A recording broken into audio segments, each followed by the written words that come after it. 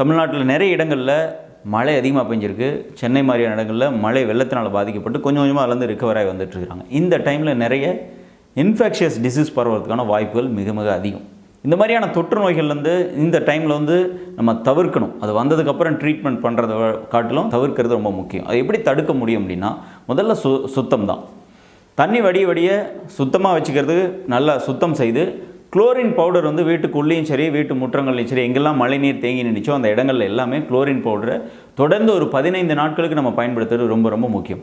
நீங்கள் என்றைக்கு அதை சுத்தம் பண்ணி வீட்டுக்குள்ளே போகிறீங்களோ அன்றைக்கி ஒரு நாள் பண்ணிட்டு அடுத்த நாள் செய்யாமல் விட வேண்டாம். ஏனென்றால் இந்த வெள்ள பாதிப்பானது எல்லா நீரும் ஒன்றாக கலந்துட்டதுனால இதனுடைய கிருமி அங்கங்கே ஒட்டி வளரக்கூடிய கிருமிகள் அதிகம். அந்த கிருமிகளை முழுமையாக நம்ம எராடிகேட் பண்ணணும். நம்ம பயன்படுத்துகிற சர்ஃபேஸ்லேருந்து நம்ம தடுக்கணும் அப்படின்னா ஒரு 2 வாரங்களுக்கு மேலே தொடர்ச்சியாக டிஸ்இன்ஃபெக்டன் பண்ணுறது ரொம்ப ரொம்ப அவசியம்.